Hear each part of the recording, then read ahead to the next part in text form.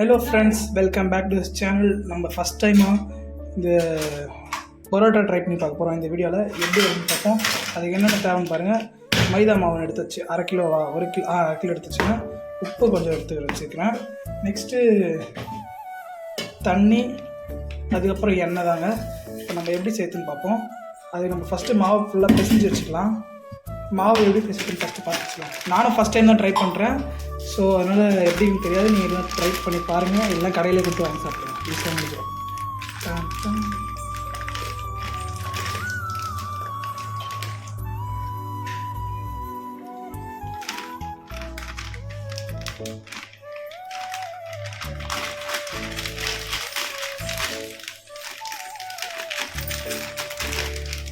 இது நான் முட்டை பால்லாம் ஊற்றி செய்ய போல், வெறும் தண்ணி, எண்ணெய், ஆயில் அதை மட்டும் செய்ய போகிறேன்.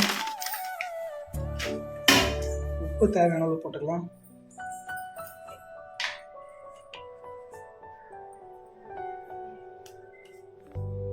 உப்பு தேவையான அளவு போட்டு கலந்துக்கலாம்.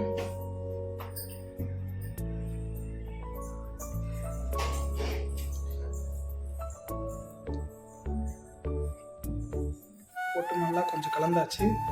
இது மாதிரி கும்பலாக சேர்த்துப்போம். நெக்ஸ்ட் சென்டரில்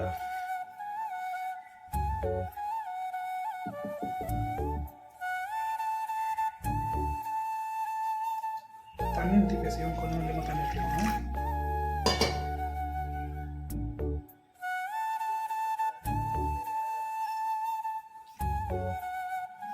கொஞ்சம் கொஞ்சமாக தண்ணி எண்ணெயை சேர்த்து ஊற்றி பிசைஞ்சிட்டு நம்ம அப்படியே வீடியோ கண்டினியூ பண்ணிக்கலாம்.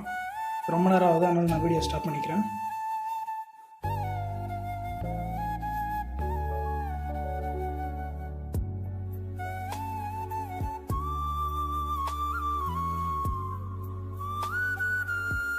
மாவு இப்போ ஓரளவுக்கு பிசைஞ்சாச்சு. இது டைம் லேப்ஸில் போட்டிருப்பேன் நான். நீங்கள் பாருங்கள். இப்போ வந்து கொஞ்சம் எண்ணெய் ஊற்றி இழுத்து பிசைஞ்சிக்கலாம்.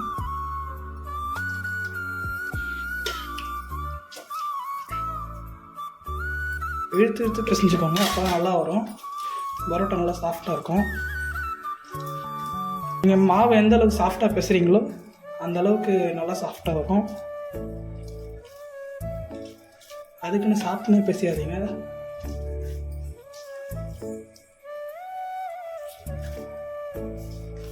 ஓகே, இது நல்லா பிசைஞ்சிட்டே நம்ம அப்புறமா பார்க்கலாம்.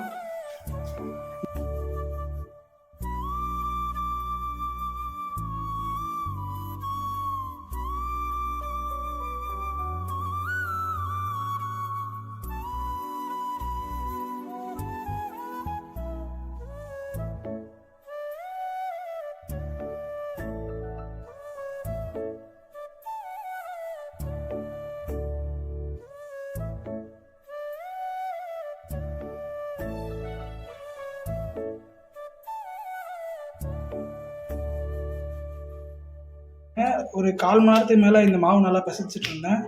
ரொம்ப நல்லா சாஃப்ட் ஆகிடுச்சு. அப்புறம் இது எண்ணெய் ஊற்றி நம்ம மூடி வச்சுக்கலாம். பாருங்கள் எவ்வளோ சாஃப்ட் ஆகிடுச்சு பாருங்கள்.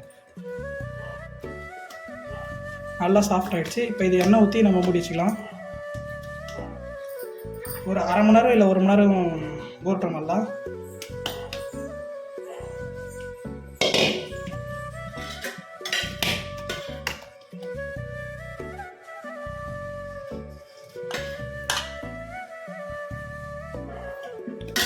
நல்லா ஊறிட்டோன்னே நம்ம அப்புறம் பார்க்கலாம். ஒரு மணி நேரம் கழிச்சு பார்ப்போம்.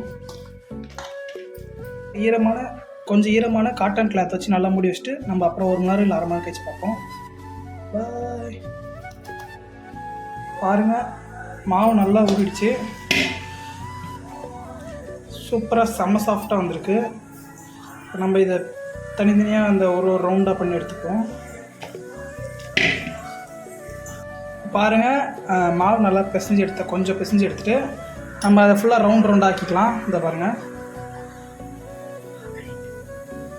நான் சின்ன எடுத்துருக்கேன். நீங்கள் கொஞ்சம் பெருசு எடுத்துக்கோங்க. அதே மாதிரி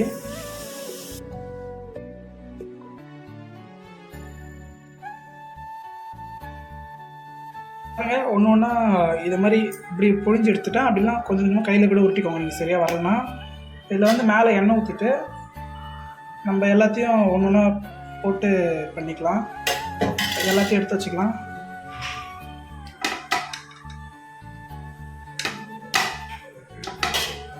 வானலில் போட்டு வச்சுக்கலாம்.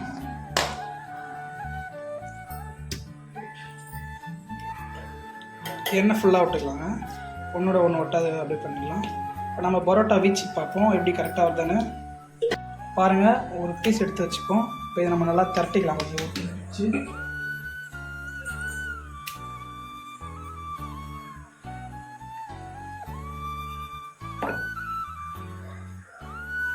கொஞ்சம் நல்லா பொறுமையாக எடுத்து வச்சுக்கோங்க. இது ஜாயிண்ட் கட் ஆகிடக்கூடாது.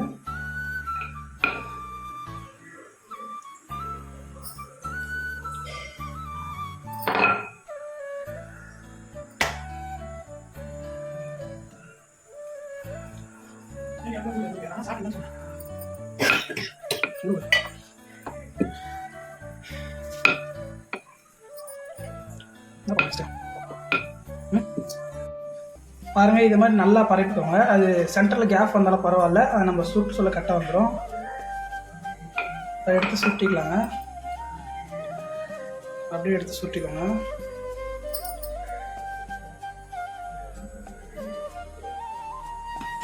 இதே மாதிரி எல்லாத்தையும் செஞ்சு வச்சுக்கலாங்க. கட்டிக்கலாங்க.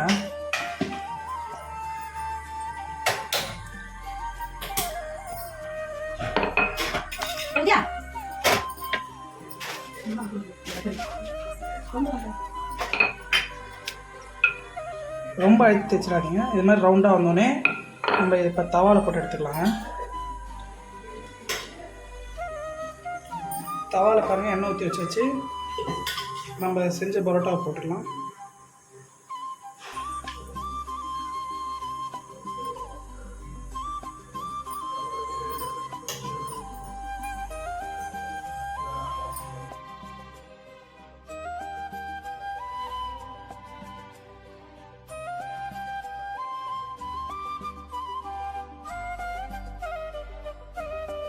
பரோட்டா கொஞ்சம் கொஞ்சமாக வருது, நல்லா பரோட்டா மாதிரியே வருது. ஆனால் கொஞ்சம் சுடுது, கை வச்சு பண்ணாதீங்க, இந்த மாதிரி தவா வச்சு பண்ணிக்கோங்க. நல்லா சூப்பராக வருது நம்ம பரோட்டா.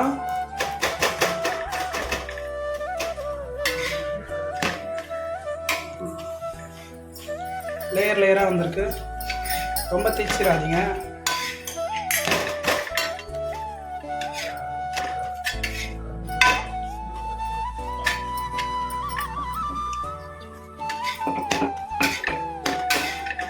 பாருங்கள் நம்ம பரோட்டா எப்படி வந்துருக்குன்னு நீங்களே இதே மாதிரி செஞ்சு பாருங்கள்.